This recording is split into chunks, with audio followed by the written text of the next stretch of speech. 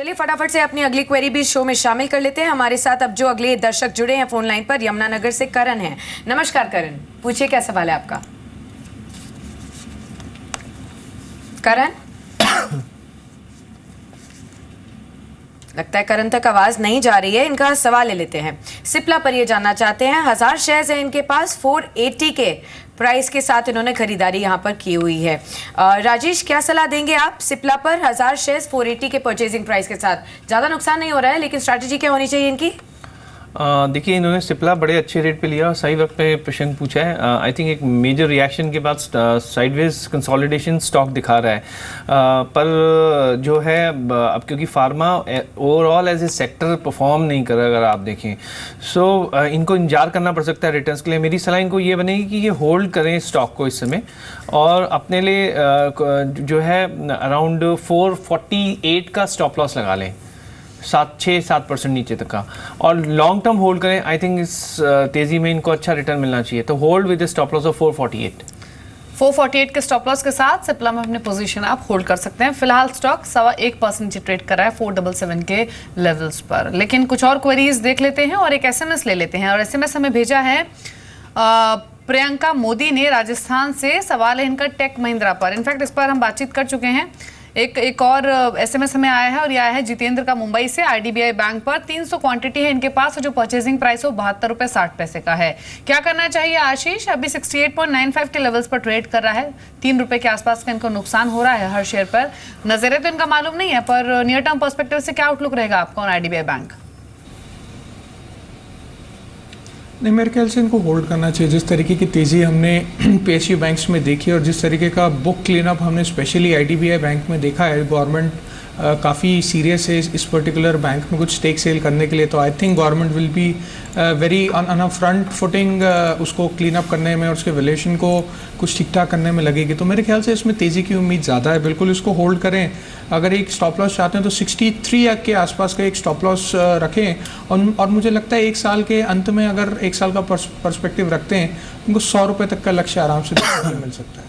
जी बिल्कुल, तो एक स्टॉप लॉस के साथ आप यहाँ पर बने रह सकते हैं, यही सलाह है आपके लिए। अगले सवाल के लिए लुधियाना से सुरेश अब हमारे साथ फोन लाइन पर जुड़े हैं। नमस्कार सुरेश जी, पूछिए क्या जानना चाहते हैं। मैडम, पीएनबी का 400 शेयर है मेरे 75.5 रुपए में।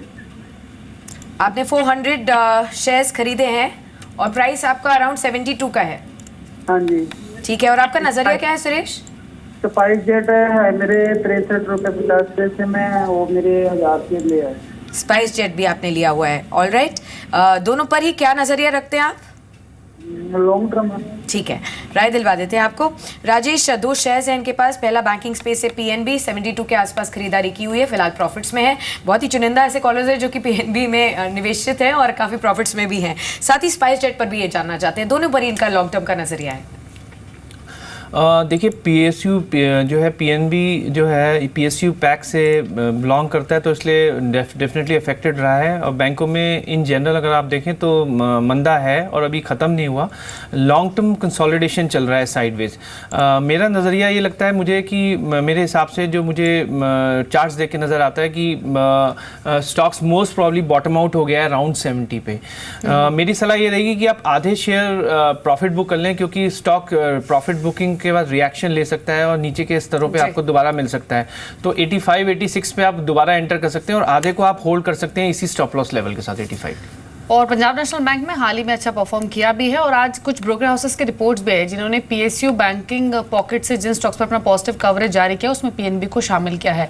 और एक और खबर ये भी है कि सरकार की जो 6 बड़े बैंक्स बनाने की योजना है उसमें पंजाब नेशनल बैंक में 4 बैंकों के मर्ज होने की बात हो रही है, जिनमें oriental bank of commerce, Allahabad bank, corporation bank और इंडियन बैंक शामिल है। तो पीएनबी पर नजर रखें आप आगे भी।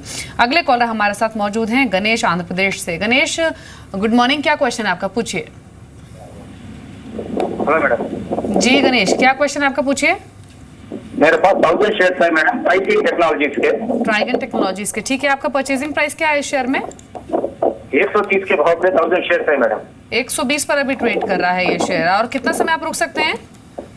2 इयर्स के लिए मैडम। 2 ईयर पर्सपेक्टिव से है, ठीक है। क्या राय है आपकी आशीष? ट्राइगन टेक्नोलॉजीज में हमने देखा था कि मतलब इस सीरीज की शुरुआत से ही या फिर कहें कि जून की स्टार्टिंग से स्टॉक ने काफी स्ट्रांग परफॉर्मेंस दिखाई थी और ये 137 138 के हाईस तक भी गया था और उन स्तरों से हम लगातार थोड़ा दबाव स्टॉक में देख रहे हैं। इनके परचेजिंग प्राइस से इसलिए नीचे आ भी चुका है, 120 पर ट्रेड कर रहा है, 10 रुपए का नुकसान हो रहा है। इनको रुक सकते हैं लंबी अवधि के नजरिए से, क्या करना चाहिए अभी?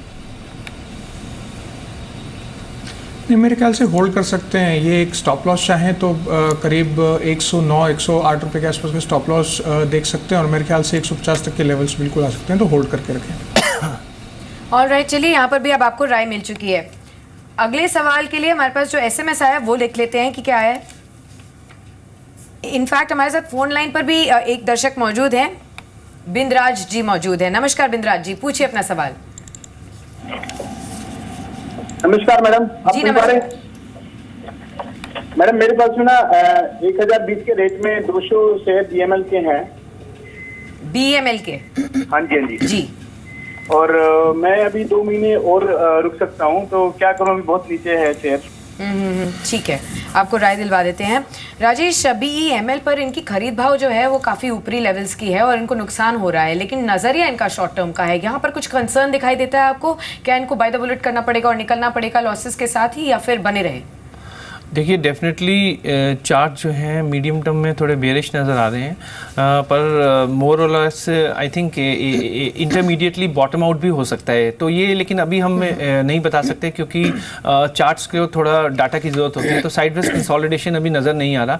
लेकिन जिस प्रकार से स्टॉक के जो एग्जिस्टिंग सपोर्ट लेवल्स हैं उससे मुझे देख के लगता है कि स्टॉक शायद 800 रुपये तक नीचे स्लाइड कर सकता है, 805 तक जा सकता है। तो मेरी सलाह ये रहेगी कि होल्ड करें, क्योंकि ये दिग्गज श्रेणी के मिड कैप स्टॉक्स में आता है, पीएसयू नवरत्ना में भी आ सकता है। होल्ड करें 805 के लेवल के साथ, और इसमें गुड फंडामेंटल प्ले है डिफेंस का और इंफ्रा का। सो होल्ड कीजिए 805 के लेवल के साथ। हाँ सुन पा रहा हूँ जी, पूछिए अपना सवाल। अच्छा मारा પાસે 3 શેર છે ટાટા સ્ટીલ। हाँ टाटा स्टील के शेयर्स हैं आपके पास? हाँ टाटा स्टील किस लेवल पर खरीद रहा है? 300 के लेवल्स पर। हाँ ठीक है, चलिए आपको राय दिलवा देते हैं।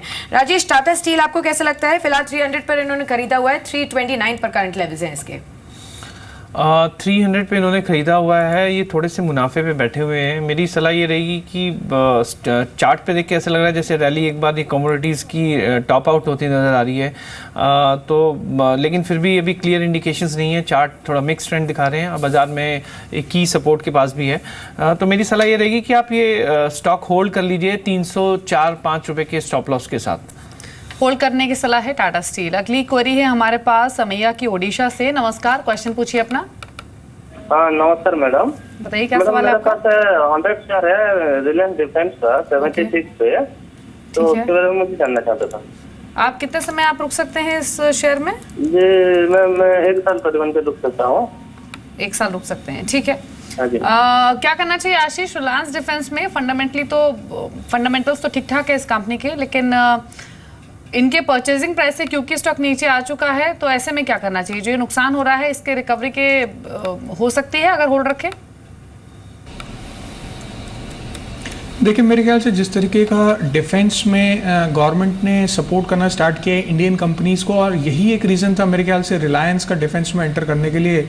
अगर आपको याद हो तो पहले पिपावर डिफेंस के नाम से कंपनी होती थी, रिलायंस एडीएजी ग्रुप ने इसको परचेज कर लिया है। टेक्निकली देखें तो स्टॉक अब एक रेंज बाउंड उसमें है, एक रेंज बाउंड कैटेगरी में है काफ़ी समय से। थोड़ा बहुत जब भी न्यूज़ आती है तो 5-7% की तेज़ी आती है, फिर करेक्ट हो जाता है ये पर्टिकुलर स्टॉक। तो मेरे ख्याल से इसको फंडामेंटली ज़्यादा देखना चाहिए।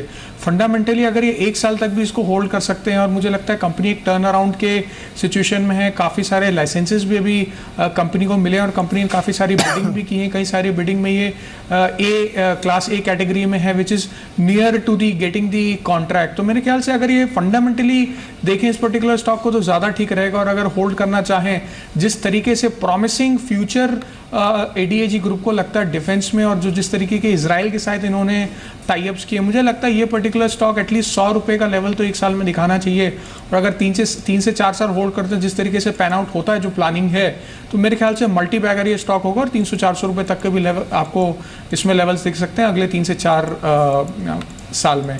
बिल्कुल होल्ड करके रखें अगर फंडामेंटली देख रहे हैं इस पर्टिकुलर स्टॉक को तो। जी बिल्कुल, तो यहाँ पर आपको बने रहने की सलाह दी गई है और मल्टी बैगर ये शेयर साबित हो सकता है अगले 3 से 4 सालों के लिए अगर आप होल्ड करते हैं तो। अगला सवाल ले लेते हैं हरियाणा से। अब ओम प्रकाश जी हमारे साथ फोन लाइन पर जुड़े हैं। Mister Prakash, good morning to you, पूछिए अपना सवाल। मैडम मेरे पास बीएफ यूटिलिटी है, 100 शेयर है जी। 580 पे, और जी। 100 शेयर रिलायंस कैपिटल है मैडम, वो 390 पे है। ठीक है, आपको राय दिलवा देते हैं। राजेश, कैसा लगता है आपको बीएफ यूटिलिटीज? फिलहाल तो इनको नुकसान हो रहा है, 580 के लेवल्स पर खरीदा है। देखिए, बीएफ यूटिलिटी एक इंफ्रास्ट्रक्चर सेक्टर का शेयर है। मेरी चार्ट को देख के जो है ओवरऑल चार्ट का स्ट्रक्चर बेरिश नज़र आ रहा है और मेरी रिकमेंडेशन होगी कि प्रेजेंट मौजूदा स्तर पे इसको सेल कर दें और स्विच कर जाएं सीमेंट, पावर या फार्मा क्षेत्र के शेयर से, क्योंकि वो भी इंफ्रा स्पेस का इनडायरेक्ट प्ले है। सीमेंट में चाहें तो ये इंडिया सीमेंट में चेंज कर सकते हैं, पावर में अट्रैक्टिव रेट पे इस समय टॉरेंट पावर मिल रहा है वो ले सकते हैं, और फार्मा क्षेत्र में सन फार्मा वगैरह जो अच्छे रेटों पे इस समय अवेलेबल हैं, सिप्ला है, वो उसमें एंटर कर सकते हैं। इस पर्टिकुलर स्टॉक से मैं एग्जिट करने की सलाह दूंगा क्योंकि चार्ट स्ट्रक्चर बेरिश है। रिलायंस कैपिटल को ये होल्ड कर सकते हैं विद स्टॉप लॉस ऑफ 378। जी, संजीव है हमारे साथ महाराष्ट्र से फोन लाइन पर। गुड मॉर्निंग संजीव, क्या क्वेश्चन है, पूछिए। 2000 shares of Hexaware okay, at an average price of 234. 234.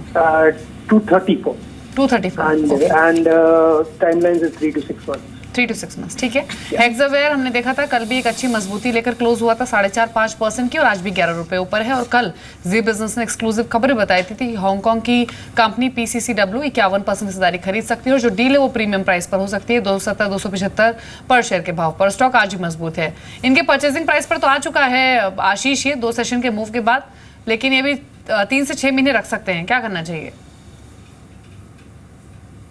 नहीं, मेरे ख्याल से इस पर्टिकुलर स्टॉक को होल्ड करना चाहिए। आप देखें पिछले 2-3 दिन के जो मूव है वो काफ़ी पॉजिटिव मूव है और एक कंसोलिडेशन के बाद ऑलमोस्ट पूरा जून मंथ की कंसोलिडेशन के बाद इसने ब्रेकआउट दिया है, बहुत अच्छी वॉल्यूम्स के साथ ब्रेकआउट दिया है। और आप देखें टेक्निकली स्टॉक ओवरसोल्ड था और वहाँ से इसने ब्रेकआउट दिया, तो मेरे ख्याल से इसमें अगर थोड़ी सी शॉर्ट कवरिंग भी आती है तो 5-10% की तेज़ी तो आपको सिर्फ शॉर्ट कवरिंग देके चली जाएगी। तो मेरे ख्याल से इनको होल्ड करना चाहिए। एक स्टॉप लॉस अगर ये चाहें तो करंट लेवल्स के हिसाब से 221 रुपये का स्टॉप लॉस मुझे दिखता है, और जो टारगेट्स मुझे लगता है शॉर्ट टर्म में इनको एटलीस्ट 255 के टारगेट मुझे शॉर्ट टर्म में दिखते हैं। अगर 255 को सस्टेन करता है तो उसके बाद फिर 285 और शायद 320 तक के लेवल्स भी टच कर सकता है। बिल्कुल होल्ड करें। 221 का एक बहुत इंपॉर्टेंट ये स्टॉप लॉस है, सपोर्ट लेवल है, उसको मेंटेन करके रखें एज ए स्टॉप लॉस। जी बिल्कुल। चलिए, अब इसी बीच आप देख सकते हैं प्राइम मिनिस्टर मोदी रवाना हो रहे हैं SCO मीट के लिए उज्बेकिस्तान। आप देख पा रहे हैं सीधे विजुअल्स प्राइम मिनिस्टर मोदी के। अब वो अपने फ्लाइट में बैठने जा रहे हैं और इसी के बाद 2 दिन की यहाँ पर जो बैठक होगी उसमें हिस्सा लेंगे। माना ये भी जा रहा है कि वहाँ पर चाइनीज प्रेसिडेंट शी जिनपिंग भी मौजूद होंगे, जहाँ पर इनकी मुलाकात होगी शी जिनपिंग से, और NSG में शामिल होने के यहाँ पर वो अपील भी करेंगे और सहयोग भी मांगेंगे चाइनीज प्रेसिडेंट का। चलिए आगे बढ़ते हैं और कुछ और दर्शकों से बातचीत कर लेते हैं। हमारे पास जो अगले दर्शक का कॉल आया है वो है अनीता का, बैंगलोर से। नमस्कार अनीता, पूछिए अपना सवाल। अनीता जी पूछिए अपना सवाल। जी, मेरे पास 3 शेयर हैं। इंडिया सीमेंट 106 पर, डिश टीवी 96.60 पर और HOEC 41 पर। ठीक है, मैं आपको 2 शेयर्स पे राय दिलवा देती हूँ, इंडिया सीमेंट और डिश टीवी पर। ठीक है, इन दोनों पर ही राय दिलवा देते हैं आपको।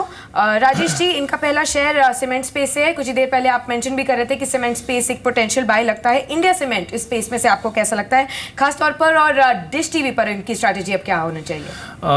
देखिए, इंडिया सीमेंट अभी मैंने शो में रिकमेंड भी किया है अराउंड 100 रुपीज़ के आसपास। आपके पास क्योंकि ये 105 के लेवल का है तो मुझे लगता है कि इसको आपको होल्ड करना चाहिए क्योंकि इसके प्रॉस्पेक्ट अच्छे हैं। तेलंगाना स्टेट बनने से साउथ में सीमेंट की डिमांड बढ़ गई है और कंपनी अच्छा कर रही है और इसकी पैन इंडिया प्रेजेंस बढ़ रही है।